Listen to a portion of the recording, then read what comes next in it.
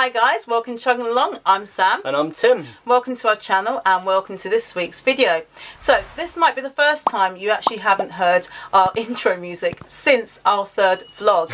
And the reason for that is we've actually replaced it with footage of a violinist named Yuko performing with Towpath Productions in Oxford city centre. And for those of you with a very keen ear for music, you'll recognise that piece as being Time to Say Goodbye, as famously performed by Sarah Brightman and Andrea Bocelli. And we thought that piece would actually fit today's video very well because it signified us leaving the River Thames and moving onto the Oxford Canal.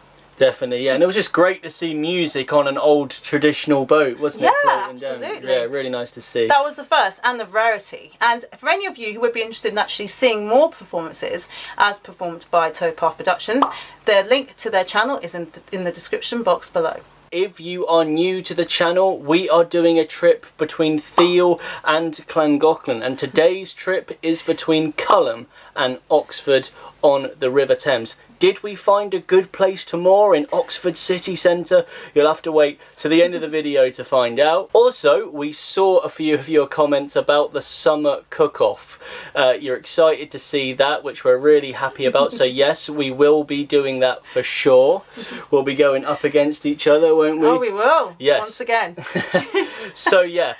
Look out in the next couple of videos where we will be releasing our recipes, because we still haven't decided what dishes we want to cook yet. Give us a couple of weeks, you know what I mean, let the tension sort of rise as well, and who will be a summer cooking champion. Yeah, it's time to get creative with those cooking recipes then, isn't it? It is. Last time I did my ready bready sauce, maybe I can do a sort of summery yellowy bready sauce. Yeah, what would be the yellow bit to it? An egg? Yeah, lemon, eggy bready sauce. Oh wow! Eggy bready. I think see, look, you've just given me the winning formula there.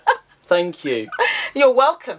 So let's get started on today's cruise, and you can see here that we were pinned in just after the lock landing at Culham Lock, and I dipped the dipstick into the fuel tank to check how much fuel we had used so far. And we were almost full when we left Thiel, and we reckoned that we had used around 30 litres out of our 100 litre tank. So at 75p a litre, that's £22.50 worth of fuel used so far. Not bad. About there. We used about 30 litres? Yeah, I'd say so far. About 30 litres, I think.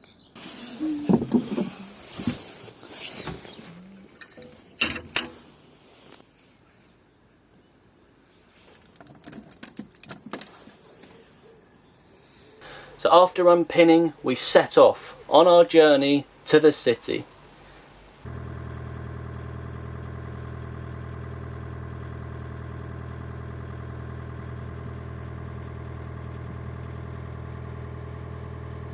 On the left there you can see the official Thames Culham moorings. And there was actually no space there, which is why we pinned in where we did.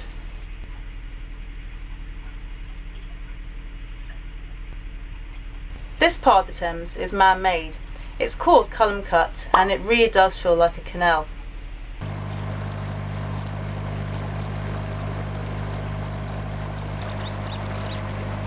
This is where we rejoined the real River Thames.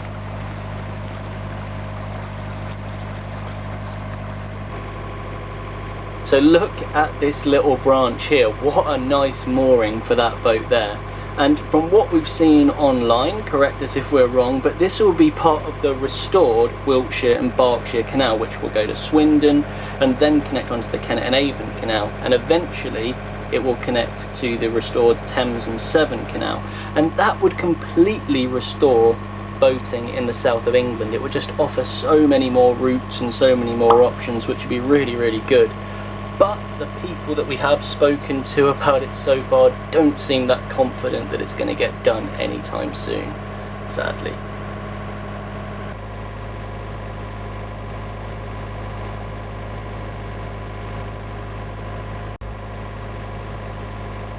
We're approaching Aberdeen town centre here, and you can see Aberdeen Marina, which looks quite nice.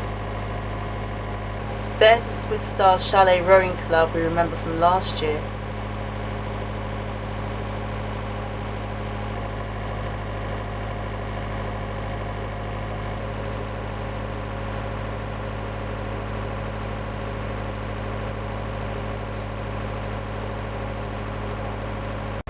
This is where the Wiltshire and Berkshire used to connect to the Thames, but as time has gone on, buildings popped up, and this has stopped the restoration project using the exact same area as it did in the 1800s.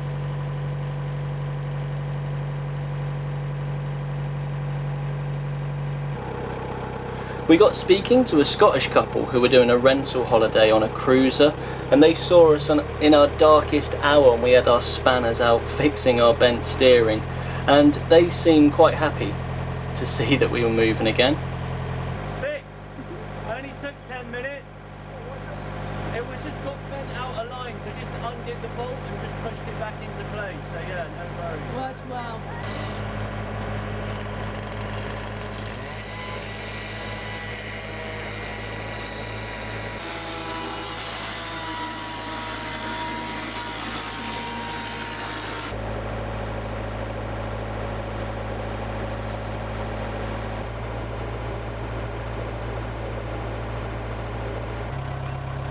There's a camouflage boat there, probably trying to avoid paying its Thames licence. Very clever. This was a great sight to see, this narrowboat turning in front of us. Because of that, we passed it on the left-hand side, which is a rare treat, because usually you're meant to pass narrowboats on the right-hand side.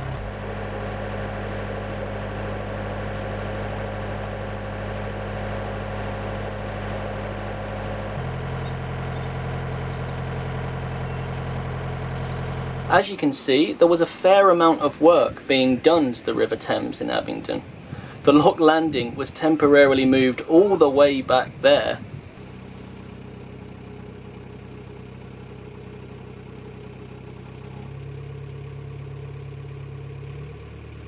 We had Abingdon Lock to ourselves, and the lock keeper was a narrowboater himself.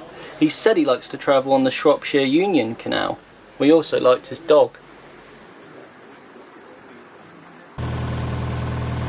We might see you on the Shroppy then at some point, never know.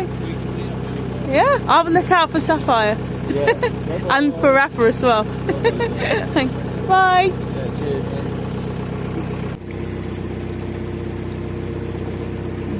So this was where we moored on our first trip on the River Thames, and this is where Tim turned Marielle around using just a stern rope, which was a revelation for us at the time.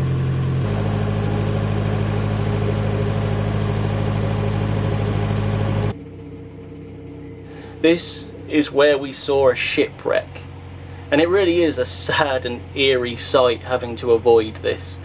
If only we had Cameron here with us from Jam Cam and Cam, he could have given us a diving lesson. Would you like to do some Thames diving around this boat? Comment below.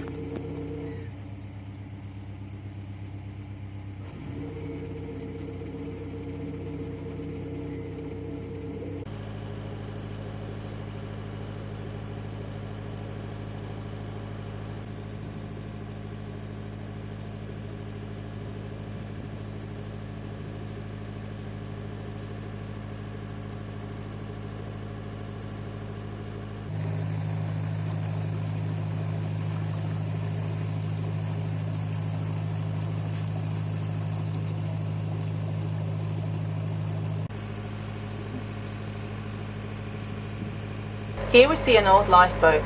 We would love to meet an owner of one of these and do a canal lives, hopefully sometime in the future.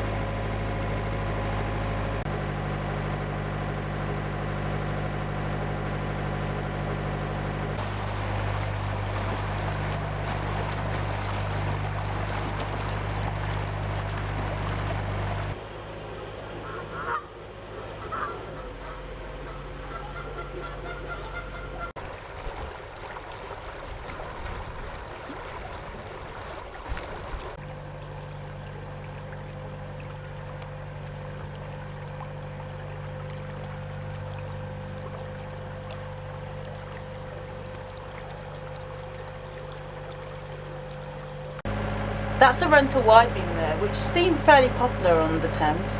Definitely more luxurious than a narrowboat holiday on a canal. But that hasn't stopped the Roonies, who have been spotted on the Shroppy recently. Rooney, Rooney, Rooney.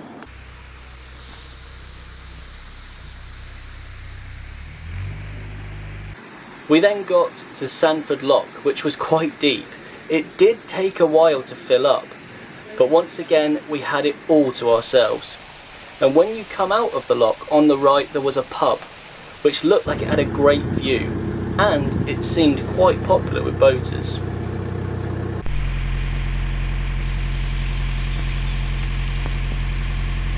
Look at this pod in the garden. Imagine basing your garden furniture off a Terry's chocolate orange. This one slightly beats the pod, a pirate-style ship in the garden. Best thing we'd seen.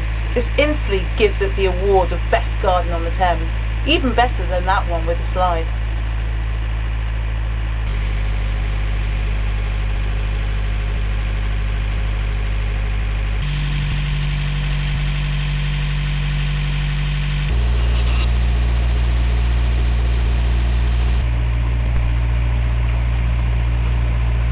So that road there is part of the Oxford Outer Ring Road, which means that we're getting close to the city.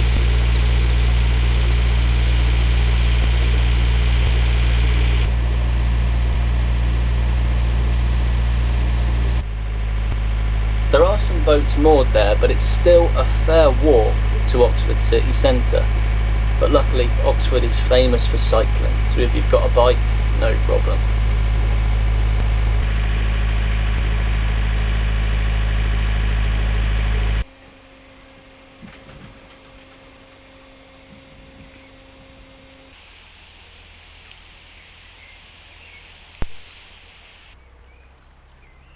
We chug into the beautiful Folly Lock, where we saw a white tree and some white geese. Very elegant.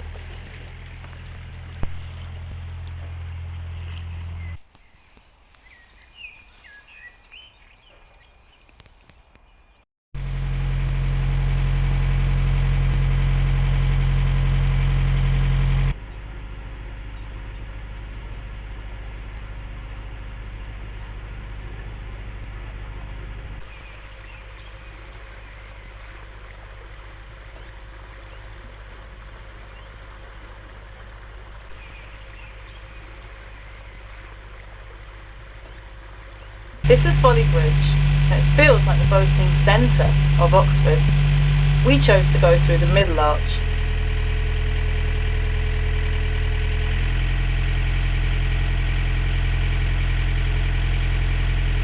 We liked this row of terraced houses here. If we were to live in a house, that might be what we'd go for. If we can afford it, I mean, yeah.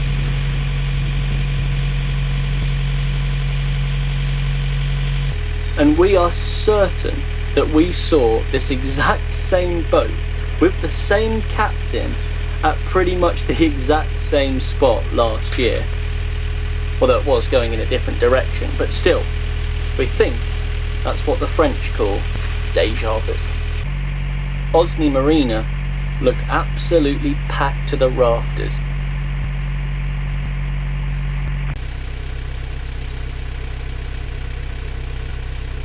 So we approached our final lock on the Thames for now.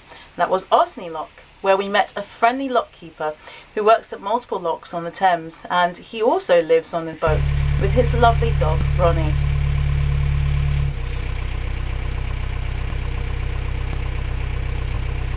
Bye Ronnie! Bye bye!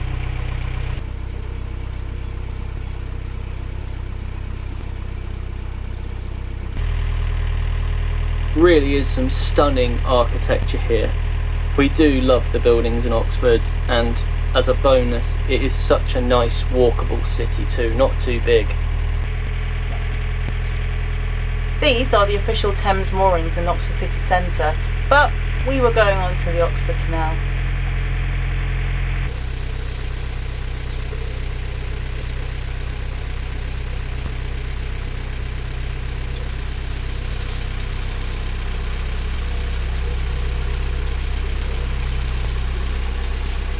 Here we are, turning onto the Sheepwash Channel, with more low bridges. Watch out!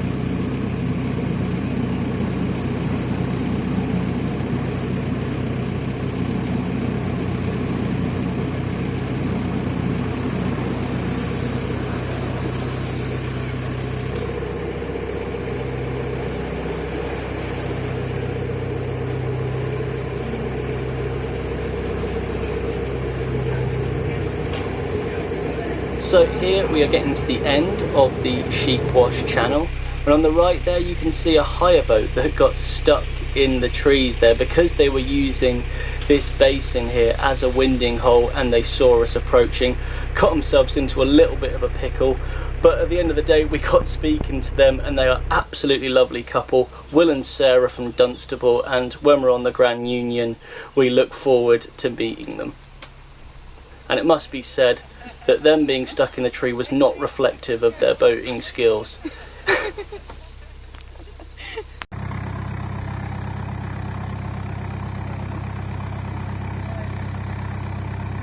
And this is us in Isis Lock. So narrow compared to the locks on the Thames. And it's the first lock on the Oxford Canal. And here's bridge 243. We absolutely love this bridge. It's probably our favourite bridge in the world. We moored up for the night adjacent to Jericho Wharf, which is under construction. And there we are, right in the city centre, and we stayed there for 48 hours until we had to shunt up north to Aristotle Lane. So Sam, what do you think about the moorings in Oxford city centre then? Well, I think they're great because they're very central, so they're very convenient for if you need to go shopping or do any sightseeing. They're great for that. Some of the downsides though are because of how popular they are, you can only really stay in areas for about 48 hours. There's only a tiny stretch of the canal there where you can stay for 7 days. Yeah. But again, it's very popular, so you usually get snapped up quite quickly. And that's a bit of a bike ride as well, isn't it? It is a bit of a bike ride as well, or a walk if you're up for it. Yeah, true. We did Depending walk if you as are. well, yeah. Exactly. Also, they've got lots of conservation areas on that bit of the canal, so you might go past a bit of the towpath thinking it's empty, let's moor there. You can't, it's protected. So Will and Sarah managed to get themselves sorted out, and they moored up just behind us, and Tim and I got ready to settle in for the evening, but we were absolutely hungry. We were famished after such a long cruise.